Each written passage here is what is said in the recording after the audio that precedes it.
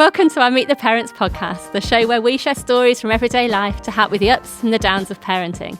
We'll have honest conversations as together we seek to grow everyday faith in our homes. Be sure to follow us on your favourite podcast provider, or you can watch the video version on YouTube. All show notes and episodes can be found at livingrock.church/Meet the Parents.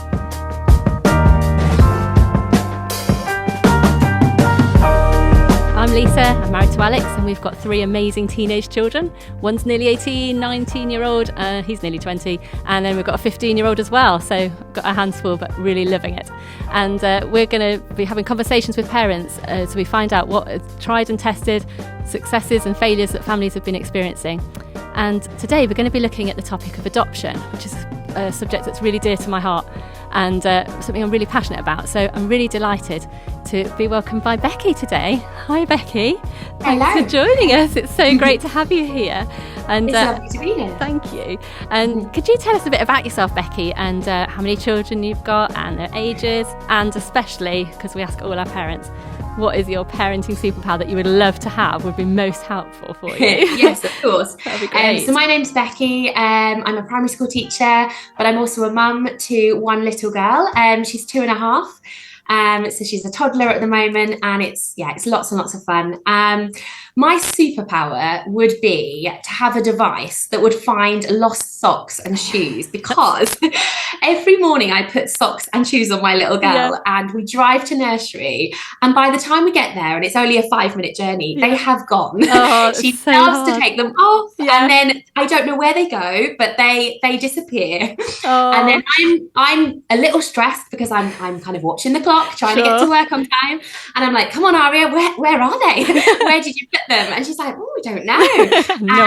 It's so stressful. So I think a device that would immediately find two socks and 2 shoes would be amazing. I think great. I've been into nursery a couple of times now where I've had to say, I'm so sorry, but she only has 1 sock because I can't find the other one. That would be my superpower. Oh, that's so good. And I know you're a teacher, I've been a teacher. We have that in classrooms a lot, don't we? The missing sock thing. So we could do it not just as parents, but in classrooms as well. Absolutely. That would be cool. And no, you've got some a funny story to share with us about what Aria has been up to. So can you tell us a bit more about that story? Would that be okay?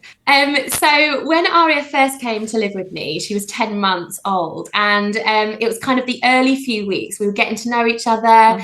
And she was actually teething, so it was quite a hard start to parenthood. Yeah, sure. And she would just get so frustrated and upset because her teeth were causing her so much pain. And it was one Sunday, and we were about to go to church in the morning, and I made a cup of coffee like I always do, and quickly realised that it's really hard to drink a cup of coffee when you have a little toddler. So I put it on the high shelf out of her reach, above the sofa, and forgot about it. So we went to church, we came back home from church, and she was still so miserable, and she was crying, and she just didn't know what to do with herself. She was in so much pain. And all of a sudden we were sitting on the sofa, and I was thinking, right, come on, what can we do this afternoon? And she sort of stood up on me and looked at me, and then kind of gave me a lovely hug, and I was like, wow, this is amazing. This is a turnaround. And she kind of stayed there for a little bit, and I thought, oh, this is so lovely. And I just thought, this is such a beautiful moment. But actually, she was actually trying to get the cup of coffee that I put there earlier, and was kind of working out how she would get to it. And the next minute I knew, I didn't know she was doing this. The next minute I knew that the entire mug of coffee had just gone, it was cold, obviously, like this. Thankfully, all over my head, all in my hair. It was on her face, in her clothes. And I just thought, right. And we got changed, and it was just not quite that beautiful moment that I thought. Almost but I did really a good lesson that day. Hide the coffee. Really high. They somehow find everything, don't they? It's amazing. I know, it's a gift. Oh, that's so cool. Sounds amazing. I'm really grateful that you're joining us today, because I know you're really passionate, aren't you, about adoption. And one of the things we wanted to talk about was from a perspective of as a parent or family thinking about adopting, as well as those who, like myself, might be a family who want to support someone or someone in a church family. So I've got a few questions I wanted to chat to you about. And one of the things I wanted to ask you was, what actually is adoption? I mean, we all hear about it, and it's just be really helpful if you could just kind of summarise what it actually is, and particularly why you chose to adopt. That would be great. Yeah, of course. So adoption is a legal process that happens when it's deemed that a child is unable to stay with their birth family. Yeah. So often that's because they have been removed, sadly, from their birth family. So that could be because birth mum or birth dad are struggling in some way. Maybe they have an addiction to drugs or alcohol, and that's affecting the way they live their life. Or maybe they just live a kind of chaotic lifestyle, and maybe they don't even have a home. And so there's kind of many reasons. And it's, it's not, because maybe they don't care for their children, but it's just because of the circumstances they find themselves in. And so that's when the local authority would get involved. And if they do then have to remove a child, they would put that child into temporary foster care. So there would be a foster carer or a foster family ready to take in a child at short notice. And then when they're in that foster care, a lot of things happen. The local authority try, if they can, to see if that child could go back to their birth family. They try and investigate whether that could happen, or if it can't happen, could a family member take that child in so that that child keeps within their family. But I guess if that can't happen, then what happens is they decide to look for a permanent home, a permanent family for that child. And that child is then put on the list for adoption. And then that's where someone like me comes along, and I'm looking to adopt, and then a match is formed. So that's what adoption is really. It's giving a child a forever home, and I guess, new surname, a new family. And I guess their priority is always to try and keep families together, isn't it? So this is a last resort for this in the process, isn't it? So it is, and that's why often you can't adopt a super young child, a super young baby, because it does take time for all the avenues to be explored first. And they do really try their best to keep that child within their family. But if they just can't, then that's when adoption will be the next option. That's cool. So why did you? Why I chose to adopt. Well, I've always loved children. I mean, children are a massive part of my life. I think as a 5-year-old girl, I knew I wanted to be a primary school teacher, and I am. I did that, and I'm a primary school teacher, teach young children every day. And then at the weekend at my local church, I work with children. So I am in charge of the children's ministry. So there's not really a day that goes by when I'm not with a child in some capacity. Love being with children. And I think it was a good few years ago now that God started just to speak to me and speak to my heart. And the Holy Spirit was just prompting me to make room in my life for to be a mum, really, to actually have a child that I could be a mum to. And I've always been really intrigued by adoption. I've always been really inspired by it. And I've loved the idea that a vulnerable child could be kind of put into a safe and secure environment which they can thrive in. So it's just always been something that I've had a heart for. But the last couple of years, I just sensed that God was just prompting me to do it. And that's when I kind of obeyed that and just started on my process of becoming an adopted mum. Fantastic. It's such an exciting thing. I know Alex and I have talked about it loads ourselves, because it's just such an opportunity to show the love of God to a child, isn't it? It is. It is. I think I was just reading about some sort of charities that are out there at the moment that support families who are adopting children and supporting those who might be helping a family adopting. And Home for Good seems to be a really great charity that's out there. And on their website, there's some really quite tragic statistics, really, I guess, that are quite, heartbreaking, really, when you think about it. But they were saying, like, in 2021, that more than 2,000 children are waiting to be adopted. So it's a lot of children out there. And of those, at least 50% were waiting over 18 months. And you just think, some of these children are really young, and that's a huge chunk of their life, not knowing where they belong and knowing who they belong to. And I noticed that a lot of the groups that are harder to adopt are like children with medical or disability needs, or children from ethnic minority heritage. You've got sibling groups, haven't you? There's so many children out there. I mean, I know you're like me and you just want to take them all, wouldn't you? I would quite happily have a whole house full of children. That would be amazing. But I know it's important we follow what God teaches us for ourselves in our family. And I love that in the Bible, this is such a template. There is a template there for us, isn't there, about how God adopts us as his children. So I kind of see adoption, how you're doing it and how many others are doing it, as like a physical representation of what spiritually happens for us when we get saved, isn't it? And there's a great verse in Romans 8 verses 14 to 16, and it says this: "For all who are led by the Spirit of God are children of God. So you have not received a spirit that makes you fearful slaves. Instead, you have received God's Spirit when he adopted you as his own children. Now we call him Abba Father, for his Spirit joins with our spirit to affirm that we are God's children." Yeah. And I know you said you do children's ministry and things, but how has your faith really helped you understand adoption? Has it brought a different dimension to it? Absolutely. Yeah. I mean, when we ask Jesus into our heart, that we instantly become his. We are his children, and we have the privilege of calling him our dad, and we have that closeness and that identity. Our identity is in him, isn't it? And everything changes. Our inheritance and our who we are, and we just know that we're safe and loved by a father who loves us unconditionally, and it just changes everything. And really does. I think it's just a beautiful, I think adoption is a beautiful reflection of the way that God loves us. And it doesn't matter what we've done and who we are and the mistakes we've made, and we might feel on our own, but God adopts us, and he says, "You're mine, you're in my family, and nothing's going to change that." And I just love that, and I think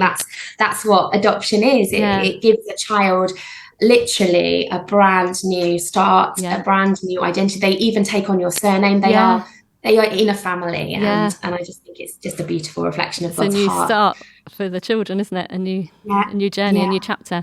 How exciting! And can you tell us a bit more about your journey to adopting, Aria? Obviously, adoption isn't like a quick thing. You don't wake up one morning, you hear a word from God and go, right, I'm going to adopt a child tomorrow. It's quite a long process, isn't it? I understand. So can you tell us a bit about the process that you went through to actually adopting her? That would be great.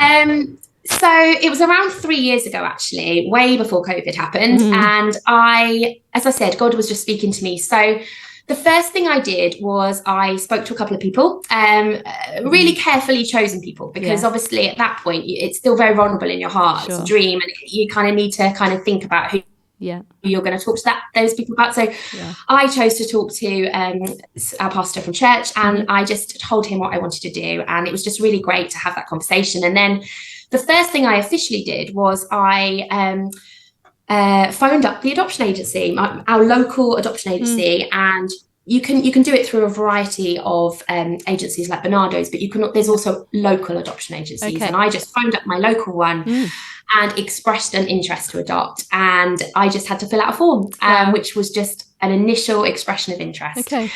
Then within a couple of weeks, social worker came around to the house, a couple of social workers, and they just visited my home. I was super nervous. I bet you were. It was terrifying, but because you feel like they're judging you, but they're not. They're just meeting you, getting a feel for you. They ask you why you want to adopt, just to kind of check that your intentions are good, and that you understand what you're saying you want to do. And then they just briefly check your home and just check that you've got a bedroom for a child, and that everything is relatively safe and things like that. So once they kind of said, that's fine, we're happy to proceed, then they actually sent me on a 4-day course, which was amazing. I would totally recommend it. It was actually compulsory for us, but I would just recommend it anyway. It was absolutely fantastic. And during that 4-day course, we were with other people who were in the same position. I was with other people that wanted to adopt. And we learned all about kind of the effects of trauma on a child. We learned about how a child develops and at what age you adopt them, how where they are in that development. That's really interesting. And we just learned about the whole process. People came in who had adopted, and they spoke to us, and we asked questions, and it was just absolutely brilliant. So we did that 4-day course, and they really, we really drilled into some topics. They spoke about if a birth mom has been using alcohol or drugs when the baby's even just in the womb, how that can affect things.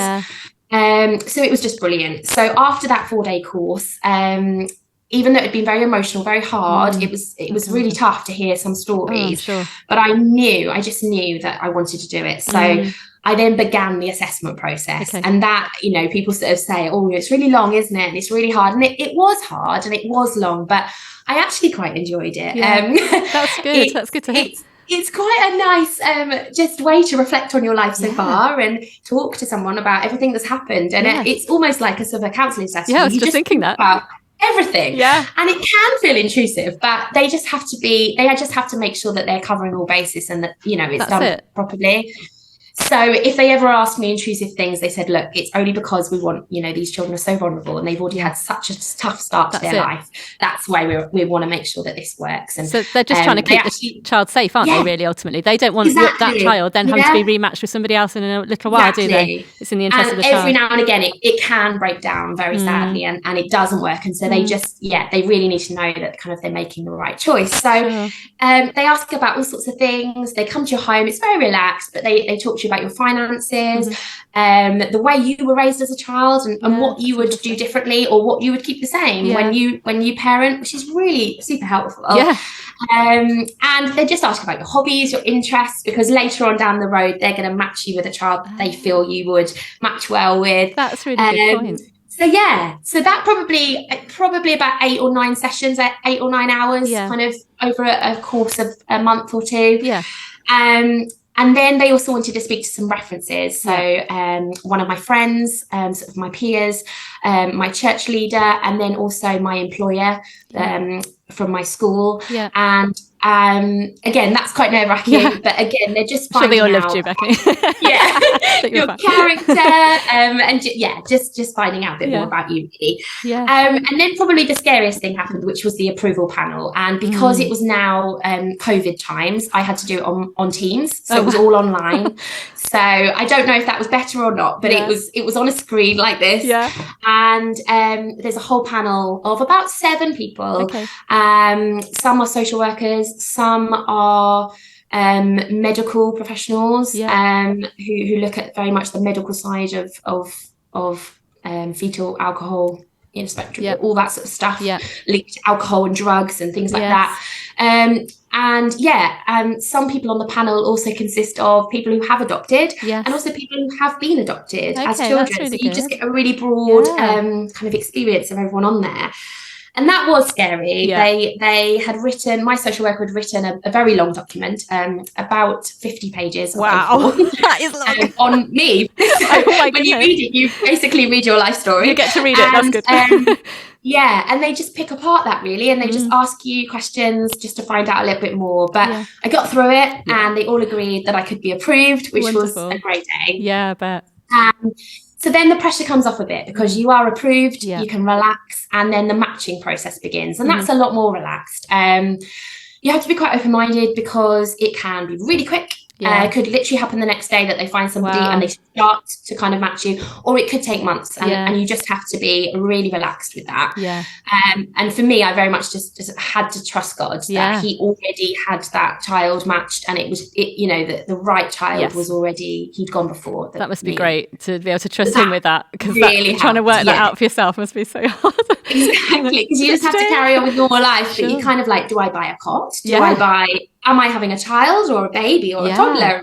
You don't really know. So, but it actually happened really, really quickly because due to COVID, they were trialing out a new system where they were profiling children on a Microsoft Teams evening, and I got invited to that, and it was about a week later, and there were many, many children on the screen. We watched their videos. So you watched them on a screen? Wow, that's such a different world. So they weren't live, but it was a video that had been pre-recorded of that child crawling and laughing and talking. So it was amazing.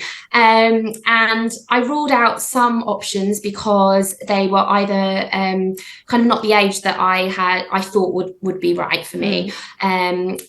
So some of them were ruled out, but there was one little girl there that was young, about 7 months old at the time, and I did kind of think, wow, I would like to be her mum.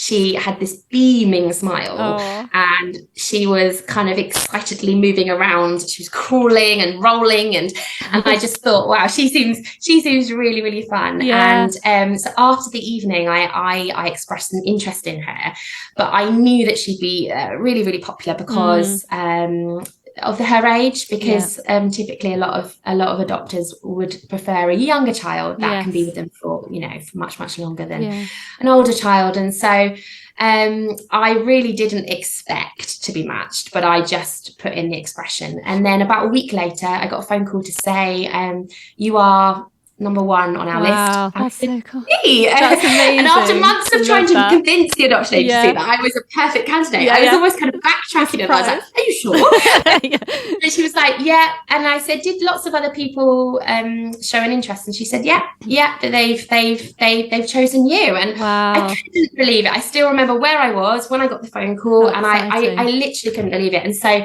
that then began quite a long process, but it was a good process. Where I then met her social worker. Yeah. He came to my home, checked my house, met me, talked to me, and he said, yeah, I think this could be a really good match. And then lots and lots of meetings. I then received a very, very long document about her life, her background. And really they encouraged me to look at that very, very carefully and ask questions. And I had to meet with a medical consultant at the hospital who spoke to me about her health, as he would any child, and looked at possibilities and challenges ahead and all that sort of stuff.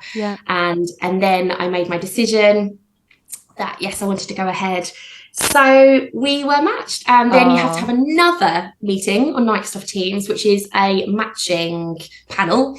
And again, they check that you would be a good match, and they ask you lots of it's like a final filter, is it? I guess final one, just to make sure. And then, that was it. And then the introduction started. So because of COVID, the first few days were on Microsoft Teams again.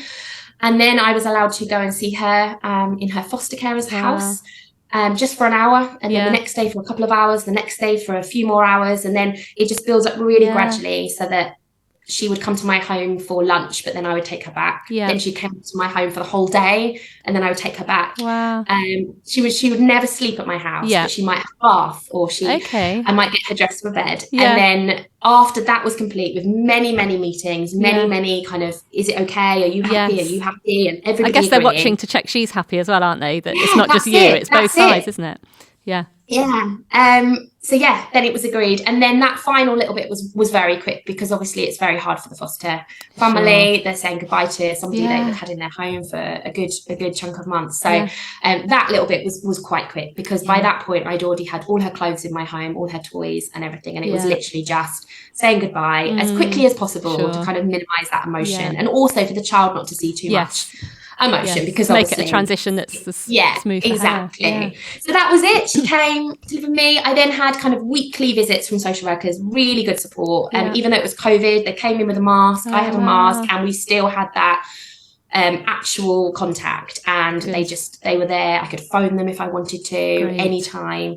And then after a few months, I was able to apply to the court to have it legally kind of official. And at that stage, it's very nerve-wracking, actually, because at that stage, you've obviously grown a huge bond with your child. I mean, I love her, and at that point, the actual birth family still have the right to up to that moment. Say, we've changed things in our life, and actually we'd like to have her back, and that was a nerve-wracking time. And again, I just had to trust God in the process, just feel his peace and just keep going. And they didn't appeal in my case, and that was then made super official then. Wow, what an exciting day that must have been. So I would say it took, because people often say, how long did it take? It probably took around 9 or 10ن months. Which is not bad. No, that's not really. I was going to say, in the circumstances. And obviously you'd be pregnant for, that amount of months. But for me, probably from thinking about it and praying about it to actually having her in my home, it was probably about 3 years, because I did put a lot of thought into it. I did put a lot of prayer into it. No, that's really important, isn't it?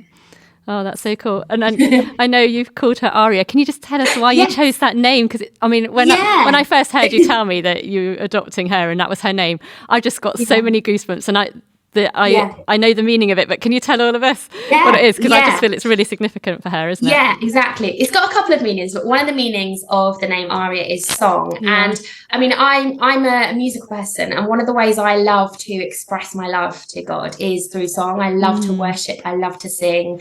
And I've always found in my life, when I've had hard times, when I've had difficult times, when I've been under pressure, that the fact that I can sing to God and just express myself in that way to him has really helped me. You know, there's been often times in my life where things have been really, really hard, but I've sang a song, I've remembered a worship song, I've listened to a worship song, and it's just lifted me and it's brought me hope. And I just wanted to give that gift to her, really. Aria's life was not an easy start, and when you read the document about her life, even in the womb, it was not nice, and it was not happy. And I just have confidence that as she grows up, she will know that she's always got a song she can sing to Jesus, that God will always give her a song. And that when she sings that song, it will remind her of the hope and peace and joy that can be found in God, really. So I'm just sitting here tingling. It's gorgeous. And she sings all the time. Does she? Well, she can't Even if it's on the bus, she sings all the time. I imagine it's a very musical home you've got going on. Whatever song goes, we'll sing about the socks. Maybe you sing about the missing socks. Yeah, exactly. I've got a friend who's been on the through an adoption process herself and has just recently adopted, and I know it's not an easy process for everybody, and people, like you say, come at it for different reasons, don't they? And this friend of mine, they were planning, she wanted to adopt from quite a young age, and she said to God, this is something I really feel she wanted to do and felt God had put on her heart. And when she met her husband, she was like, this is important to me, how do you feel? And they had that conversation, and so for both of them, they agreed that it was a process they would definitely take on board. And the original plan was that they would have a birth child and then adopt potentially as a second, but then things became quite challenging for them, and they found it hard to conceive, and they were told they had unexplained fertility, which must be really difficult for them to have processed. And I know for them, they then said, well, obviously that's God's plan, is for us to have the adoption first. That must be his plan A. So they kind of said it was quite an enlightening moment for them to realise that that was God's original plan for them. So they then did something slightly different route, and they went through early permanence to foster to adopt, knowing that they would probably adopt. But again, like you were saying, the journey is never clear, and at any point birth families can get involved, can't they? So they had quite a long process, and I think they said it was about up to 2.5 years from when they first made their initial interest to when they were officially legally given he had their surname. So I think managing expectations must be so hard, and I know you've touched on that a bit, but can you give us some top tips on like how you would help to manage that, and how you would prepare yourself for those absolutely. trips along the way, I guess? There are so many unknowns. I mean, there really are. And for me, I didn't know obviously I didn't know the child. I didn't know whether they were going to be a boy or a girl even. Age. I didn't know sort of whether she would have challenges ahead. I still don't know about some of the challenges she would have ahead. And I think for me, just taking one step at a time, but taking it with a real purpose, knowing that God has a plan, I think is so crucial. So not just kind of taking a step and hoping for the best, but just taking each step with real purpose and confidence, because I know God told me to adopt, and I just knew that that's what he'd said. And so every time I looked at an unknown, and you can get so overwhelmed, you think, oh my goodness, is this going to work out? What if there's so many what ifs. What if, obviously they give you the kind of the hard facts because they want you to be aware, but it can be really scary. And you think, I even thought, what if I don't bond with her? What if I don't kind of find that instant connection? What if, her challenges are too much to cope with, to deal with? And there are just so many what ifs. And I think, for me, I just had to take each step, like I said earlier, each little step, So first of all, I just expressed an interest, and I just thought, God, I've obeyed you, and I've expressed an interest, and just be at peace at that bit, and then do the next bit. And I think just coming back to the fact that God has a plan for us is just so great. And I think, Jeremiah 29 verse 11, his plan is good, and it's not for disaster. And those what ifs, they can really niggle away in your mind. But I think just being okay with not knowing everything in advance. You're not going to. But then again, I'd speak to friends about it, and they'd say, well, even having a child, giving birth to a child, you're not going to know their entire life either. You're not going to know if there's challenges ahead. And I think that's helpful to think about as well, that none of us actually know exactly what lies ahead in the lives of our children. And I think trusting God and just being confident, knowing that he's gone before you, that he has planned it out. I know there were many, many times when I got really frustrated because the process was going really, really slowly. especially in lockdown, I was just about to really accelerate things and I felt ready and prepared. And then lockdown hit and I was like, and I was really frustrated. And I was like, God, why is this taking so long? But actually, it was funny because my little girl hadn't even been born yet. Wow. So I was getting frustrated at God because it was taking too long. Yeah. But he was thinking, well, hold on, she's on her way. The little girl that's going to be perfect for you and you're going to be perfect for her hasn't actually been born yet. And so I think just trusting in God's timing and his providence just really helps. And just taking one little step at a time, not thinking too much about everything, every little option and every little, that's a really good tip. For those of you who are watching today, please feel free to put a comment or like what we're sharing. And if you've got any experiences yourselves or stories that you've got of being adopted yourself or thinking about adoption or any questions, we'd love to hear from you. So do just comment below on the video if you're watching or send it to us at our website. That'd be great. I know you've already said, Becky, a bit about how the children often have some degree of trauma, whether that was in utero from drug abuse or alcoholism or whatever. But obviously some challenges arise, like you said, later on. How, as a parent, can you get extra care and support to manage that? Are there ways you can access, and what have you found so far that would be able to support you as a parent from that side of things? Well, as soon as so before I adopted, obviously there was the 4-day course, which was brilliant. But after you adopt, I think what's really great is, and certainly in my experience with my local authority, is that they have a fantastic post-adoption team. And their job is solely to support people post-adoption. And so there are regular courses on Teams in the evening when your child's in bed, and you can just log on to them. They're free of charge. And you can learn about different things. So they have courses on if your child might have had alcohol and drugs in the birth mum when they were in the womb, for example, and they will just do maybe a 4-week course just on that topic alone. And you can ask questions. They will signpost you to YouTube where there's educational videos about those sorts of things. That's really good. So I've done lots of courses like that. There are also courses for how to talk to your children, how to talk to your child at each age and stage as they grow up about the fact that they're adopted, because that's really important, isn't it? There are just the most brilliant resources out there, but it's just helpful to know where they are. So I went on a course recently virtually, and they shared some picture books with us that very young children can read, which just bring in those themes of family and home and identity and belonging, and they're just beautiful, and they normally involve animals. But they kind of, at the core of them, have that kind of theme of maybe moving to a different family and finding love really and support and care there.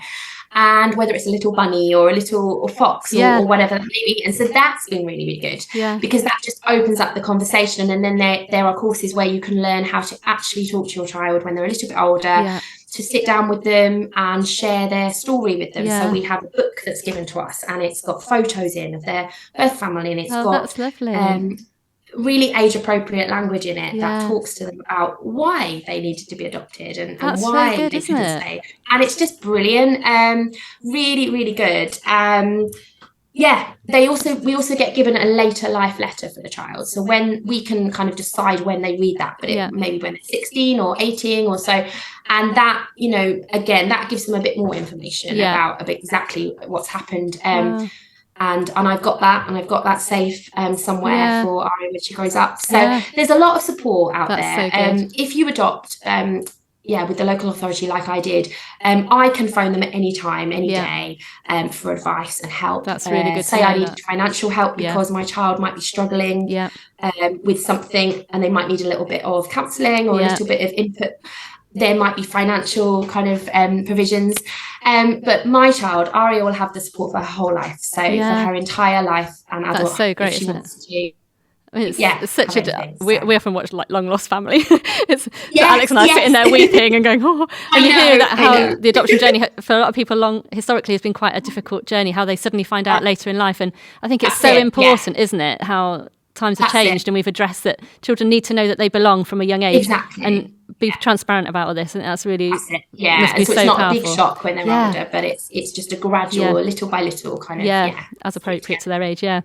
And so if you're a family looking to adopt, are there any things you can be doing? Obviously you talked about the practical processes, but are there any do you have any suggestions of how you can prepare yourself, like spiritually, emotionally? You know, it's quite a big thing to process, isn't it, that decision? Yeah, definitely. I think, spiritually, I think I just really spent time just really thinking, looking at God's word, just reminding myself of why this was so special to me. Yeah. Thinking about those verses you said earlier about how we've been adopted into God's family, and just reminding myself that, you know, when Jesus was on the earth, for example, just reading through when Jesus was on the earth, you know, he was always reaching out to vulnerable people. He was always, you know, helping people who had been forgotten by society. And I think just spiritually, just reminding myself why I want to do this and why it's important to me, why it matters to God. That really helped. I think also just practically chatting to people who have adopted. I know a couple of people who've adopted, and it was just so good to be able to go to their home and ask them questions, ask them all the stuff that maybe I was too worried to ask a social worker, because I felt like I was kind of being they're still watching judged you. in a good way. But you could just be completely frank, and you can just ask, what's it like when this happens? What's that like? Is this bad? You know, and just having that person. And if there isn't that person, if you don't know of anyone, Home for Good, as you've said, was brilliant.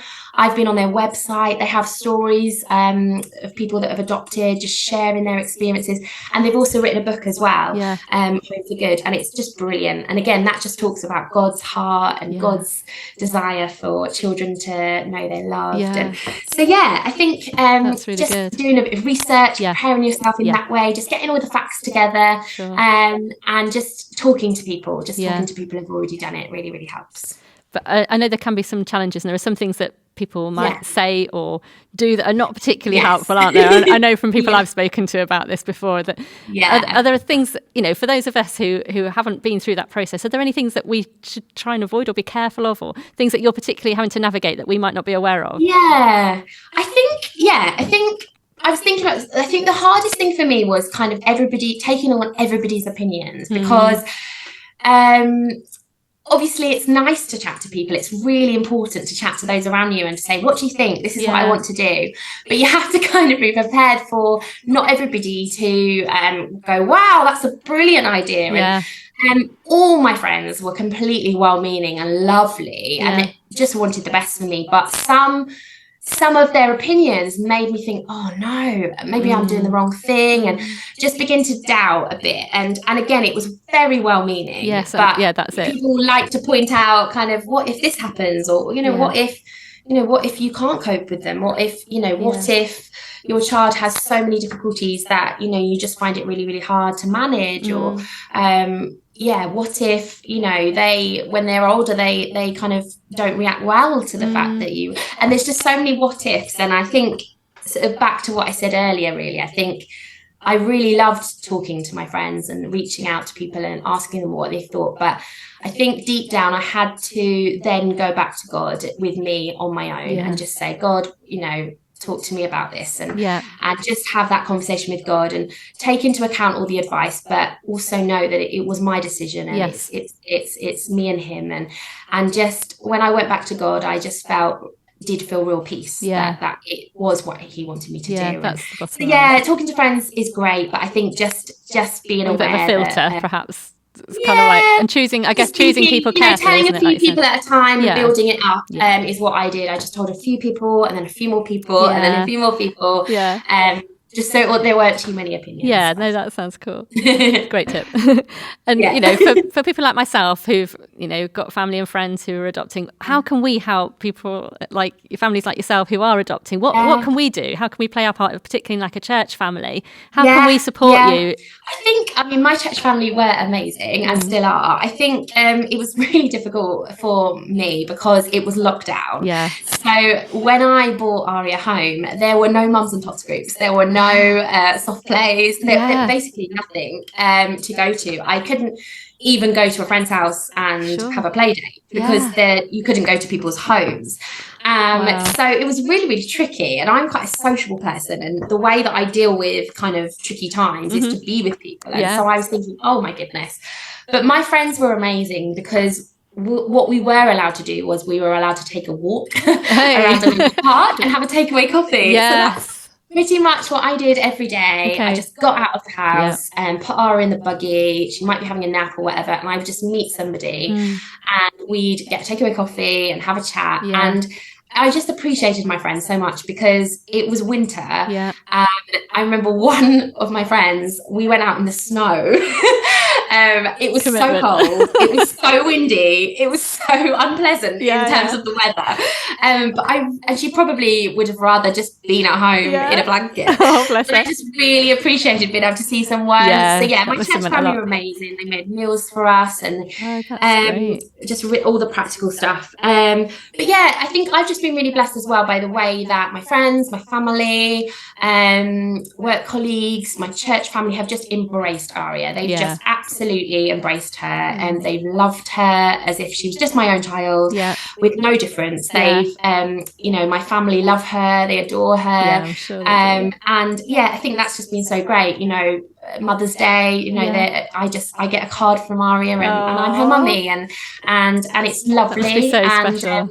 Yeah, it's been really, really good. So yeah, I think just knowing that people are there for you, knowing that you can call them, especially if it gets quite late. I know in the early days when Aria was teething, just having someone I could phone or text and be like, what do I do? Yeah. She won't stop crying. Was just so good. So yeah. Oh, that's a great tip. No, it's really important to look after yourself, isn't it? So that you can be the best. I mean, I think for any of us, any mum of any child or dad, you know, you've got to look after yourself to look after them, haven't you? So knowing what you need is really important. Just to close then, Becky, because we've covered lots of different things here, but if you can in any way, can you pick out like 3 key takeaway points that you would suggest to a family thinking of adopting? What would your top tips be, if you like? Top 3. Top 3, if you can narrow it down. My first top tip would be just to do your research. You know, we live in a world where we've got the internet, we've got so many resources out there that we can, you know, you can go onto YouTube and just find absolutely brilliant resources. So I would just say do your research. If you're looking to adopt, if you're really, really interested, talk to people who have adopted, or you know, go on to Home for Good, go onto their website and just follow the links and just read people's stories.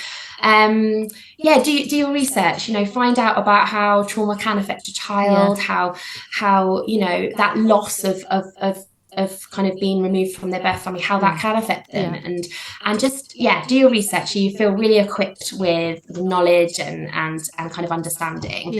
I think the second one would be just to just take time to constantly remind yourself about what God thinks about adoption. Just spend time in God's presence and just breathe in his heart for it.